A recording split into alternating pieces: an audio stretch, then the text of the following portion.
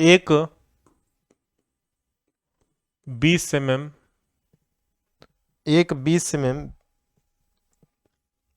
व्यास की, या डाया लिख सकते हो, डाया की की धातु की छड़, धातु की छड़ पर 5 किलो न्यूटन का अक्षीय भार लगाया गया है, भार लगाया गया है। ठीक है, ये भी क्वेश्चन बहुत अच्छा क्वेश्चन है और 2011 में पूछा भी गया है बीटी में, बीटी यूपी में। ठीक है, इसके इसके 50 mm लंबाई में, ठीक है, कितना वृद्धि हो रहा है? लंबाई में उत्पन्न वृद्धि, ठीक है, वृद्धि 20 माइक्रोमीटर है, माइक्रोन मीटर है। ठीक है, यदि क्षण के पद पर, यदि क्षण के पद पर पॉइजन रेशियो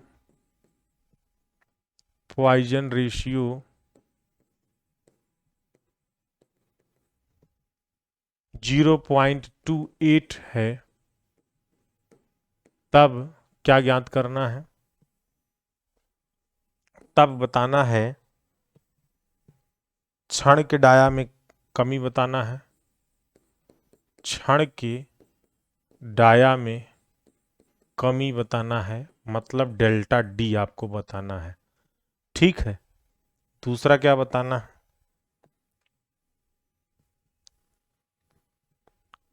दृढ़ता मापांक बताना है जी, तो ये हो जाएगा आपका दृढ़ता मापांक बताना है, मॉडुलस ऑफ रिजिडिटी जी। ठीक है, मॉडुलस या फिर मॉडुलस ऑफ रिजिडिटी,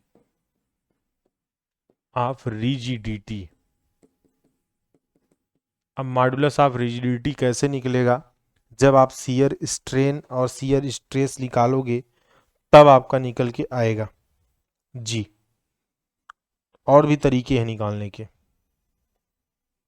सर बहुत देर से वॉइस नहीं आ रही है, सर वॉइस नहीं आ रही, क्या बात कर रहे हो यार, वॉइस तो जा रही है। हाँ, क्यों?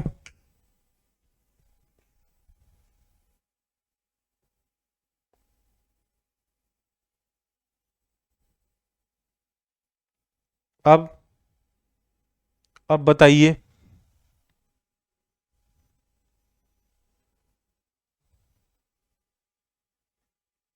आ रही है, हाँ आ रही है।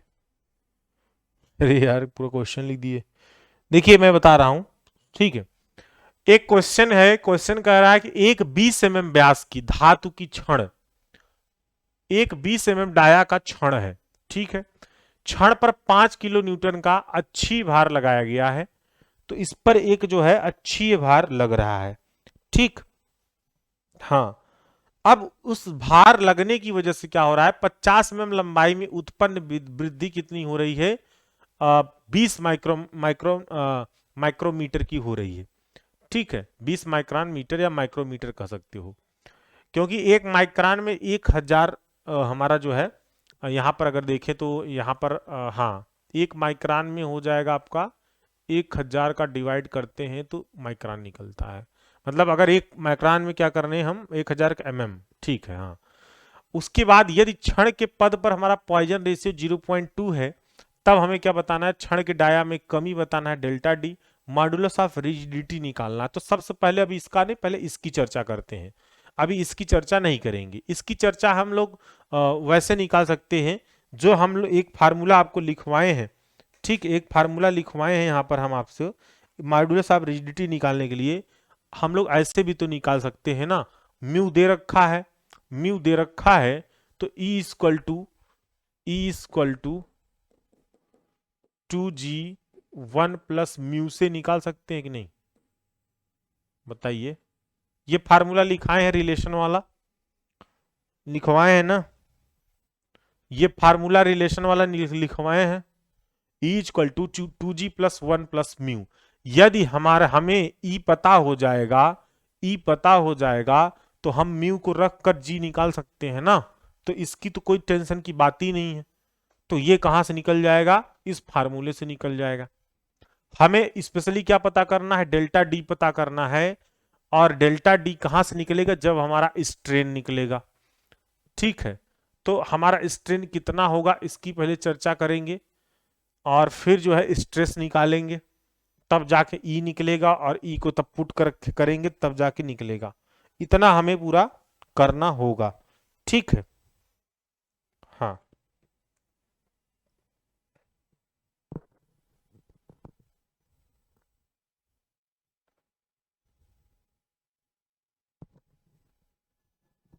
यार क्वेश्चन में 20 माइक्रोन मीटर देखा है, बहुत कम है, द माइनर सा, ये ना समझ में आ रहा है बात मुझे।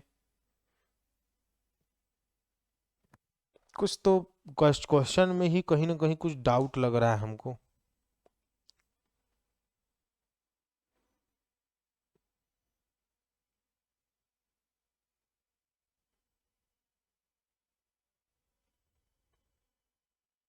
हाँ, यहां पर आप क्या कर लीजिए, 220 कर लीजिए क्वेश्चन में। भाई बहुत छोटा, बहुत माइनर हो जाएगा, 220 करिए माइक्रोमीटर। ठीक, तब जाके क्वेश्चन ये सही होगा। क्लियर है, हाँ। अब देखिए, ये माइक्रोन का क्या होता है ना, इसको हटाने के लिए क्या करना है आपको, 1000 का डिवाइड कर दीजिए इसमें बस। 1000 का डिवाइड करेंगे, ये माइक्रोन हट जाएगा, एमएम में चला जाएगा। ठीक है, तो ये सारे क्या हो जाएंगे, चेंज हो जाएंगे। तो इसको अगर एमएम में चेंज करना है, तो यहां पर डिवाइड कर दीजिए, 220 इंटू 10⁻³ एमएम, बस ये वैल्यू आपकी निकल के आ जाएगी।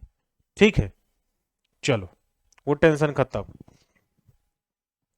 ठीक है, तो डेल्टा एल इक्वल टू कितना होगा, ये डेल्टा एल हो जाएगा। और ये लंबाई वाली है, हमें पूछ रहा है डाया में कभी डेल्टा डी, हमें लेटरल वाला पूछ रहा है। क्या पूछ रहा है, लेटरल वाला पूछ रहा है, चेंज पूछ रहा है। और ये तो हमारा लॉन्गिट्यूडनल है, ये क्या रखा है, लॉन्गिट्यूडनल है, ये 20 mm है। और ये डेल्टा डी, ये डी दे रखा है, ये डी दे रखा है, डेल्टा डी, समझ रहे हो, लेटरल वाला। और यहां से डेल्टा एल, तो ये एल कितना दे रखा है, एल 50 mm दे रखा है। ठीक, सारा चीज दे रखा है। तो सबसे पहले हम लोग क्या करते हैं, यहां पे हम लोग क्या करें, पॉइजन रेशियो भी दे रखा है। तो आप क्या करो, जल्दी से आ जाओ भाई।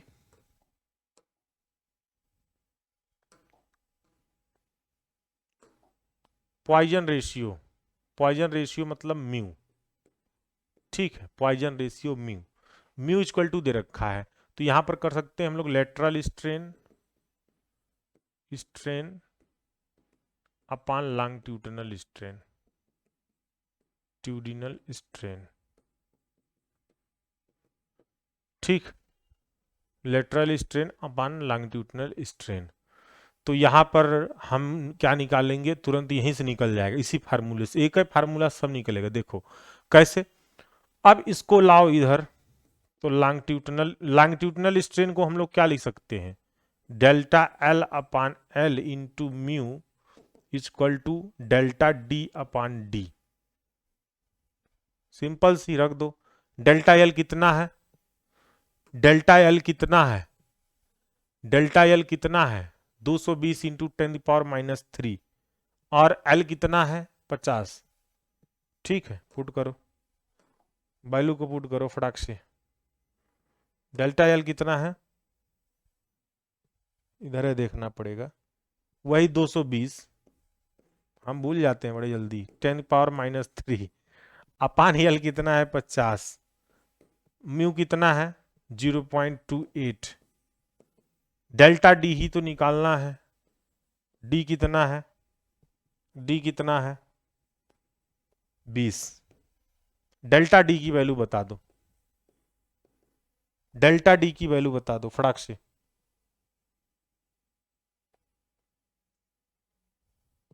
समझ में आया कैसे निकल रहा है? अभी ना आज बता दो। ये फार्मूला पता है कि नहीं सबको? Poisson ratio lateral strain upon longitudinal strain. Lateral strain longitudinal strain इधर लाओगे, delta L upon L. Lateral strain delta D upon D. आगे हमारा क्या है? पार्श्व विकृति, ये अनुदैर्ध्य विकृति। तो अब हम इसमें वैल्यू पुट कर दिए हैं। डेल्टा डी यहां से निकाल लो, 2.4। किसमें निकाल रहे हो? आंसर सबका नहीं मैच कर रहा है।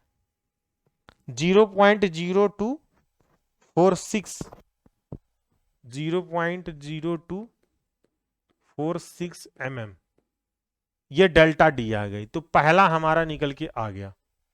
पहला क्या निकल के आ गया? ये। ठीक है। अब हम अगर स्ट्रेस स्ट्रेन तो हमें यहां से निकल जाएगा। स्ट्रेस निकाल लें तभी तो ई निकलेगा, इसको पता करने के लिए। तो हम क्या करें, सबसे पहले स्ट्रेस निकालें। P by A. पी क्या है? लोड कितना लग रहा है भाई? लोड कितना लग रहा है? 5 किलो न्यूटन का लोड लग रहा है। एरिया कितना है? 20 mm। तो यहां से हम लोग निकाल सकते हैं पी कितना हो गया? 5 किलो न्यूटन। तो किलो न्यूटन को न्यूटन में कर लो। Area pi by 4 into D का स्क्वायर, 20 mm का स्क्वायर। ठीक है, न्यूटन पर mm में आएगा। ये निकालो जल्दी, बताओ फटाक से। और फिर इधर आपका स्ट्रेन निकालना है, स्ट्रेन भी निकाल लो। यही वाला डायरेक्ट उठा लो, यहां से टांग दो, यही टांग दो यहां पर फटाक से। 220 इंटू 10⁻³ अपान 50। तो स्ट्रेस और स्ट्रेन यहां से निकाल लिया। स्ट्रेस और स्ट्रेन यहां से निकाल लिया। तो करो फटाक से करो भैया, नहीं तो यही रात हो जाएगा, सोना फिर पड़ेगा यहीं रहकर। 10⁻³ π/4 π/4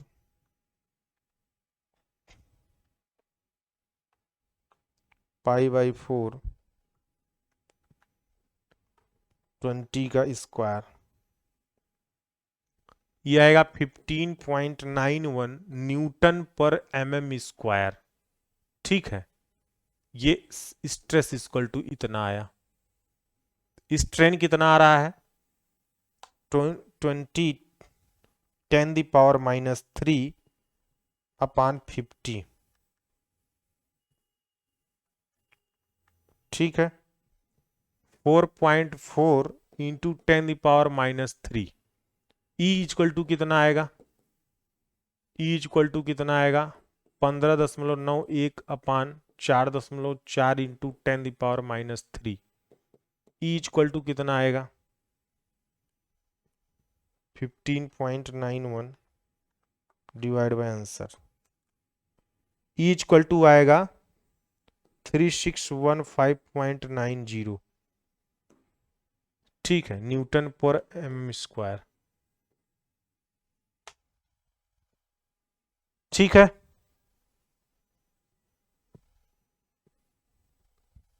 सही है।